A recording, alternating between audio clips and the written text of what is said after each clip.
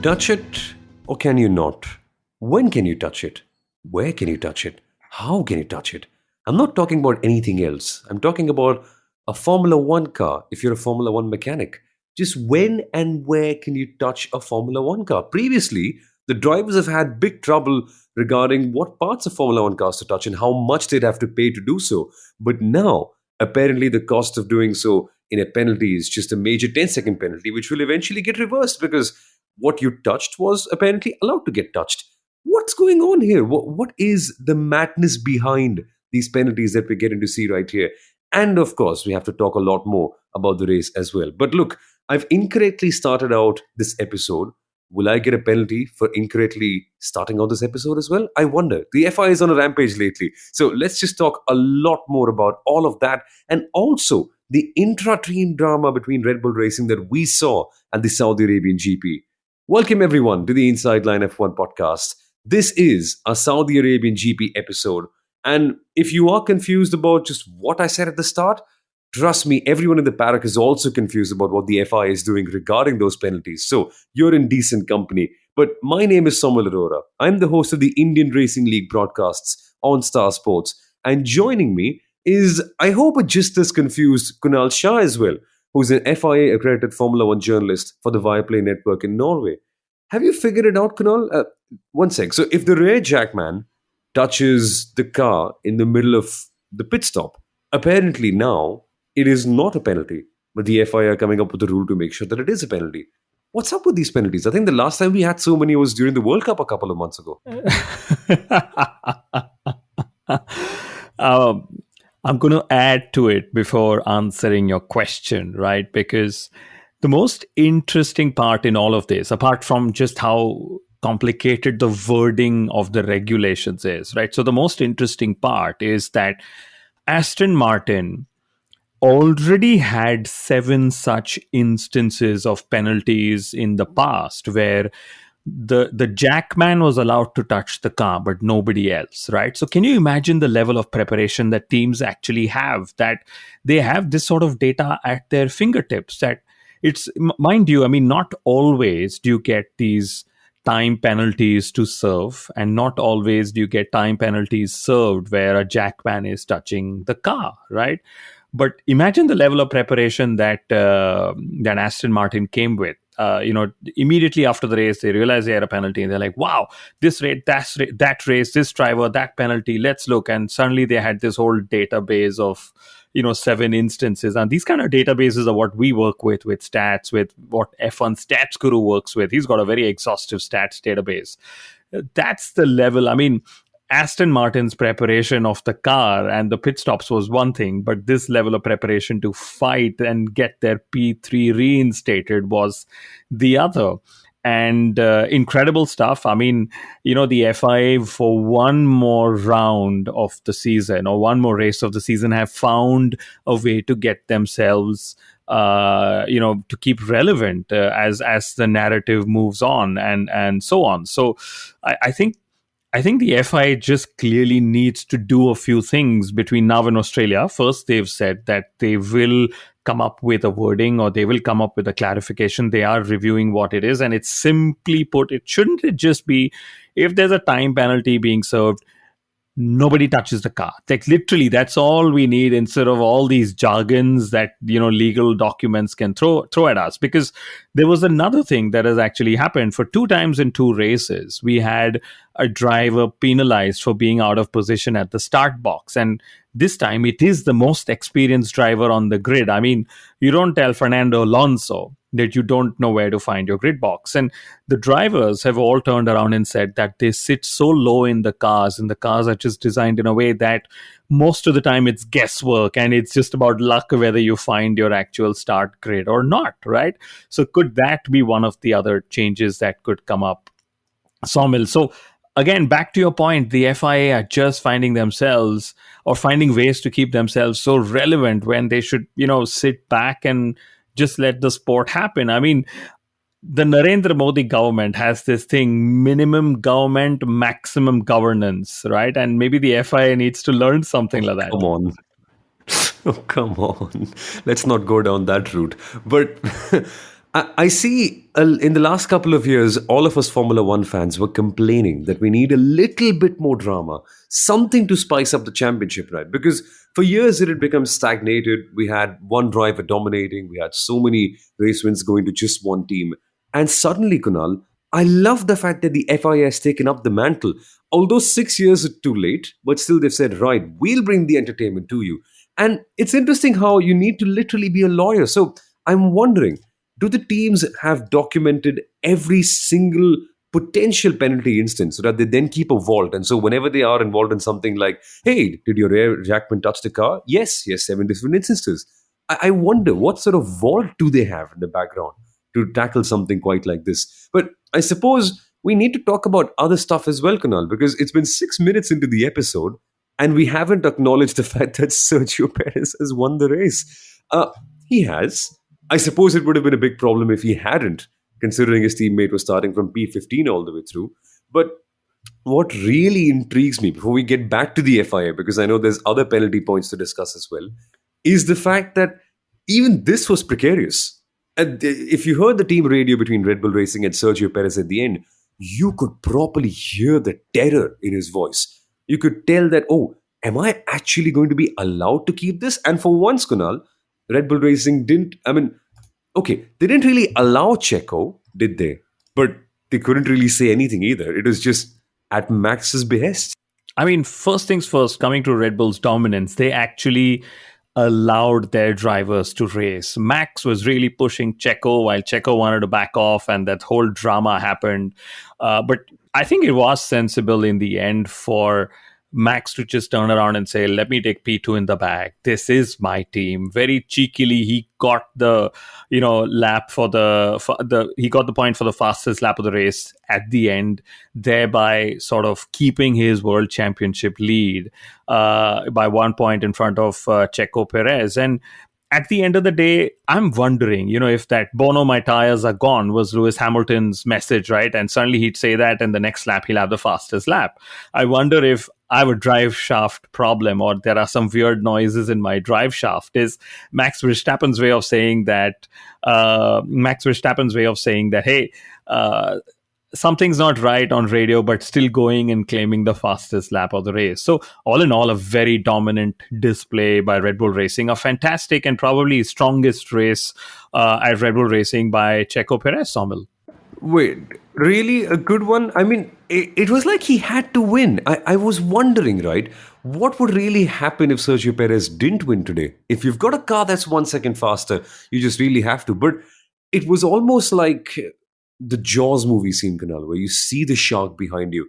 And suddenly, of course, you've got to show to the world that you're strong, that you are in it, and you can't outright say, hey, save me, save me. But you could hear that in Sergio Perez's voice. And even now, I'm so intrigued about how Red Bull Racing handled this, because they can't really have that conversation with Sergio Perez, can they? Now that he's being the best of the rest whenever Max isn't winning, consistently taking that pole or taking that win, or just being around there and troubling other teams as well. Can you really take him to the side and say, Checo, you're actually just our number two driver. Every time there is a chance that you're going to win and Max is behind, Max is going to win. Can you have that chat with the Formula One driver, Kunal? Their mentality might get broken. This is absurd how Red Bull have to manage this now. Exactly. And despite all this toxicity, if that's the word, I mean, there's also Daniel Ricciardo who's sort of waiting in the wings, that, hey, if Checo doesn't deliver, doesn't obey, could he get into the car? Whatever, right? But can you imagine that despite all of this, Checo's going out there. He was closer to Max in qualifying, even in Saudi Arabia. Right, and he's just been right up there, taking the points, taking the wins when Max is unable to do so. And to add to your point, this was the first time that Checo Perez won, and Max Verstappen finished second on merit. Right, and of course, the on merit is something that can be debated and discussed, because the safety car really helped Max Verstappen sort of close up the ranks and neutralize the race and so on. Also, the safety car worked against Ferrari, worked against Mercedes and their strategies. So, do we know the pecking order? Hell yes. I mean, it is Red Bull Racing. They're going to cruise at the front. They've had two consecutive 1-2 finishes, almost They finished 20 seconds ahead of P3, who of course was eventually Fernando Alonso, right? But had the race not been neutralized by the safety car, maybe they would have finished like 40 seconds or something ahead. And in the end, I get this feeling that they were, of course, keeping their pace in reserve, but they were also trying to push enough to just show their strength that we can and we will pull away when the time is right for us. And they did. But at one stage, I was really intrigued because in our pre race preview that we did at the other social yesterday as well. And folks, if any of you attended that yesterday, genuinely thank you for taking out the time to join us so late on a Sunday. It was amazing, amazing to see all of you and to just chat about Formula One and also take part in that quiz with you. But when we were there, Kunal, we were also discussing about Max's intent and how he would attack. And he clearly showed it. He didn't really push very hard in the first part of the first lap, but after that, he really used the pace of his car to stretch out. And that's the sign of a great racing driver. And also, that selfishness at the end.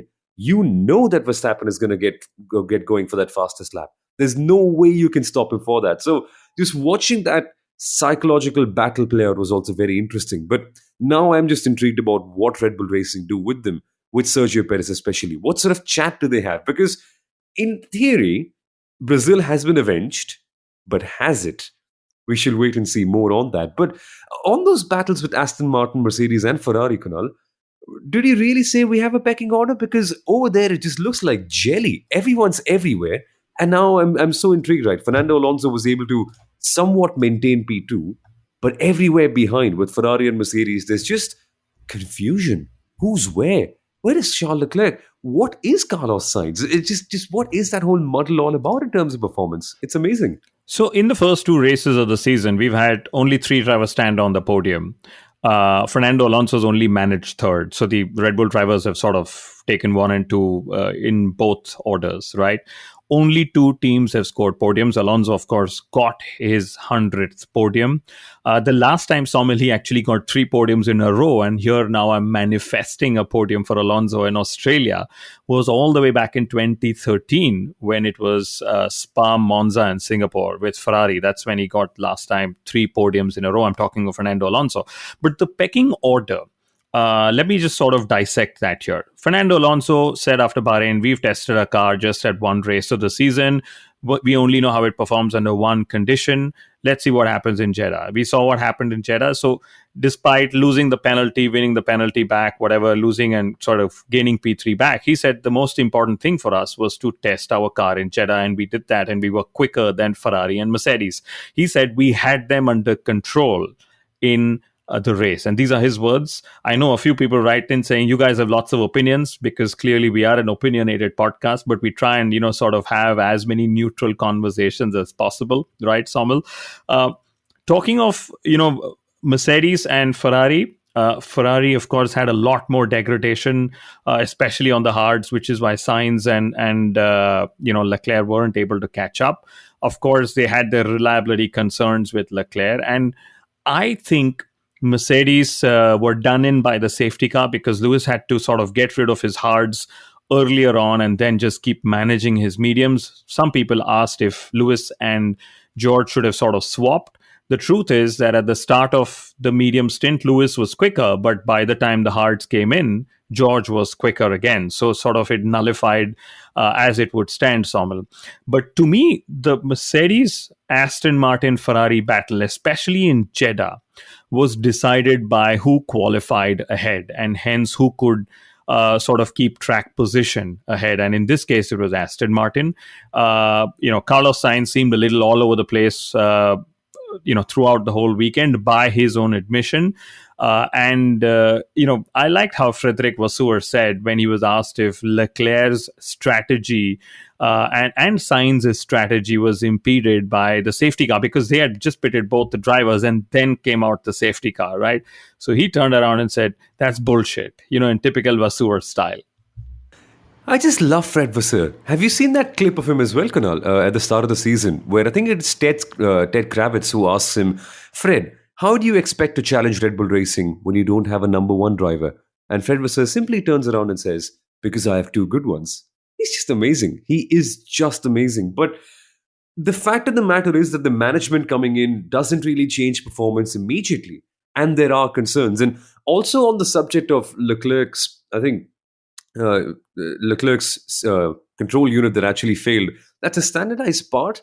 And Ferrari have taken that first part to just check and do precautionary tests on it to make sure that, okay, when we bring this part back, it is 100% correct. So it's, I think the grid penalty is not a major problem per se as we made it to be. But again, we tend to sensationalize things, and that's just the way it is. But on that subject as well, I want to loop things around back to the FIA, right? Because we saw Logan Sargent get a penalty for putting a wheel on the purple part of the track where he wasn't really meant to. And the funny part is, when it was communicated, the FIA said that the penalty came in, Kunal, for turn 27. And Logan Sargent clearly was confused. Like, how can you cut turn 27? Were you confused as well? Because that is just the weirdest way to put out a message. Again, it's the FIA, so I know the standards are a little bit low, but rules are rules, but the way to communicate the rules are also a bit absurd. Well, all of this is automated. There are transponders, there are sensors, and so on. So it sort of just automated and threw up that message. I get this feeling the FIA will continue to be challenged in their ways of governing the sport. There 2 times in 2 races, there was this thing of a time penalty not served correctly. What would it take the FIA to just install a timer at every pit garage where you just hit start, count down to 5 seconds, and then you work on the car? Because yes, it is the team's responsibility to make sure you count down correctly. Okay. But we are here to see motor racing and not if a team touched a car 4 tenths ahead of them when it should, and so on. Yes, it makes for the unpredictability of sport, but on one hand, we're trying to increase the entertainment on track. Then why are we, can we simplify these procedures and things in the pit lane? I just think for one, Rolex would be very happy, because then they would just get more exposure on track, so they could just, Liberty Media will just charge them more money. But yes, I think the FI clearly has a lot of things on their plate. While we look forward to Australia, could it be the same podium trio for Australia? I would probably bet on it right away, Samal. Yeah, I think Verstappen, Perez, and Alonso is kind of like the new Hamilton, Bottas, and Verstappen from back in the old days. Wait, old days? Did I just say old days? It was a couple of years ago. But well, in the meantime, in those couple of years, we've seen the emergence of a great young driver of the name of Fernando Alonso, who's got a podium in his only first year, didn't really have the best rubber form in terms of reliability in his second year. And now, Kunal, third season for this young driver, and he's excelling. But what do the fans of this young driver have to say about? Well, there's one really amazing Fernando Alonso fan that we have as a part of our team, F1 Stats Guru, and he's been buzzing the last couple of weeks. If you would have told him that Alonso would have gotten 2 podiums so far, he would have been ecstatic. And so his motivation to dig down in the numbers to find some interesting stories has only increased. So why don't we go to F1 Stats Guru and find out what the numbers have to say about the Saudi Arabian GP? Hey folks, it's time to do the stats review of the Saudi Arabian Grand Prix. My name is Sundaram, also known as the F1 Stats Guru on the internet. Let's talk numbers because this is going to be an exciting one. Firstly, let's talk about Sergio Perez. He's taken his 5th win in Formula 1 and 4th with the Red Bull team. If he actually goes on to win 6 more races this year, that will make him Red Bull's 3rd most successful driver after Sebastian Vettel and Max Verstappen. The other interesting fact about his wins with Red Bull is they've all come at street circuits. Azerbaijan, Monaco, Singapore, and now Saudi Arabia. The best part is the next 2 races are also at street circuits, which is Australia and Azerbaijan. And I'm sure Las Vegas is also there somewhere on his checklist, or should I call it the Checo list. Max Verstappen started P15 and took his car all the way up to P2, and he really has the knack of doing this because ever since he's joined Red Bull in 2016, there have been 4 occasions where he started P15 or lower, and he's taken that car all the way up to the podium spots. And thus, that was Red Bull's first consecutive 1-2 result in Formula 1 since 2009. Yes, they haven't really done that in 14 years. But let's switch focus to the person who's received the most airtime in the last couple of races and also during pre-season testing, Fernando Alonso.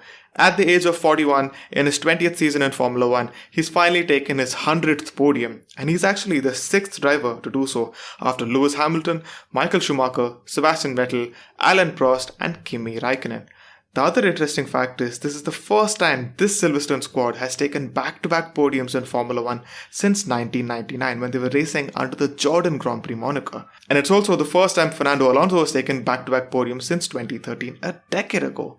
And let me leave you with one final stat in this segment, which is Fernando Alonso's milestone podiums have all come at street circuits and at night races. 100th podium Saudi Arabia street circuit and night race, and his 50th podium in Formula 1 was in Singapore 2008. Yet another street circuit, a night race, and a bit of a controversial one. But that was a stats review of the Saudi Arabian Grand Prix. I hope you folks enjoyed it. For more such interesting stats and facts, do follow me on my Instagram and Twitter under the name F1 Stats Guru. I'll see you guys in the next one. Aha, always lovely to hear from F1 Stats Guru about the numbers and just understanding them and how they tell a story of the entire sport. But I think part of the story, Kunal, for any sport is the story of its heroes. And watching Lewis Hamilton is just making it even more intriguing right now because, sure, we've had this perfect storm of circumstances where the car isn't quite working well, where his trainer has left him or he's left his trainer, whatever it might be. I don't think that's the whole point of the discussion at all. The point is that we saw an annoyed Lewis Hamilton in the press conferences. He was basically, in all the media interactions, he just basically said, yeah, car isn't good. We've got to fix it. Car isn't good. We've got to fix it. No, this isn't good. Simple pinpoint answers. And when have we ever heard that from Lewis, Kunal? It's just like he's entered this new trance of disappointment, if that makes sense. And he's been saying the Red Bull advantage is far more than when I had a dominant car. So clearly, Lewis is downbeat. It's the concept. But I think Mercedes in general have gone on a PR overdrive. They released a letter to fans. Now there's this whole talk of our new concept has come. And, we are seeing a lot of gains and there's no word on when the concept will come, just speculation and rumors. I think they could probably just benefit holding back all that talk because if the new concept comes and it doesn't really give them much more, then it's certainly going to be like, hey, what happened to your new concept as well? Because there are times when Lewis has said Red Bull's pace advantage is 1.5 seconds over us and so on, right? No, Kunal, you're getting it wrong. Why do you say that the new concept won't work? They need the support of all of us to get going. Bring the positivity. The W14 will work. That's what Mercedes has been on about. Bring the positivity, Kunal. Where is it? Yeah, and that's what they have George Russell for, right? He's been so positive. He's happy he's beating Lewis Hamilton. He's, doing things with the car, showing that, hey, I'm ready to win when the car is ready. And of course, Lewis is, at a different part, is in a different cycle in his career in Formula One as well. But yeah, clearly, I think Mercedes is just on a PR overdrive. One of the things, actually using the word over, one of the things Toto Wolff said post-race was Mercedes maybe overmanaged their tires under guidance, which meant that the engineers were telling the drivers to manage their tires and they probably overdid that, and maybe they had more pace to extract as well. But did they really have the pace to take the challenge to Aston Martin? I don't think so, because when Fernando Alonso had to reopen the gap of 5 seconds, he could do that with a lot of ease as well, right? And one last thing, there was something about Charles Leclerc where he was annoyed with Javier or however you pronounce his name, across different languages. Could he be the target of the next restructure at Ferrari because he forgot to tell Charles when Lewis was going to pit under the safety car? So interesting things. And we are seeing lots of reliability issues. We are also seeing drivers not being happy with their teams. Max Verstappen was annoyed despite finishing second and getting the fastest lap. And starting from P15. Well, it's amazing how the standards have been set so high for Red Bull Racing and for Max Verstappen. But at one point, we were just really wondering, is the big discussion point for Saudi Arabia going to be where Sergio Perez crashes instead of at what point does Max Verstappen win? Because seriously, P15 to P1, it's only ever been done once before, and this time, clearly on merit from Max Verstappen. But let's wait and see what happens in Australia. But this guy, Kunal, is just the prototype racing driver. He is. And, while he got P2 and he got the fastest lap and he's retained the lead and he knows he's just up against Checo Perez, when Max was asked, why are you so upset or disappointed? All he said was, I want a clean weekend from the team. And I somewhere understand where that comes from because it's sort of easy for them right now. So, hey, just let's have clean weekends, get all the points we can. Why are we making life tough for us? For all we know, the W14B or whatever they call it whenever it comes out suddenly is the class of the field. And then all these free points that they're getting right now will come handy. So I understand why he was disappointed. But hey, it's also Max Verstappen. That's true. But let's wait and see what happens in Australia. Do Red Bull Racing actually let them fight again? Will Sergio Perez be in the fight? All that and more is going to come up in a couple of weeks' time. But folks, thank you for listening to this episode of the Inside Line F1 podcast. And trust me, there will be more before we come to Australia as well. So if you like what you're hearing, subscribe to the podcast and also share it with your friends and family members who would love to listen more about Formula One as well from us. So thanks for listening, and we shall be back. Enjoy the weekend and don't touch a Formula One car randomly, please. Watch out. Bye-bye.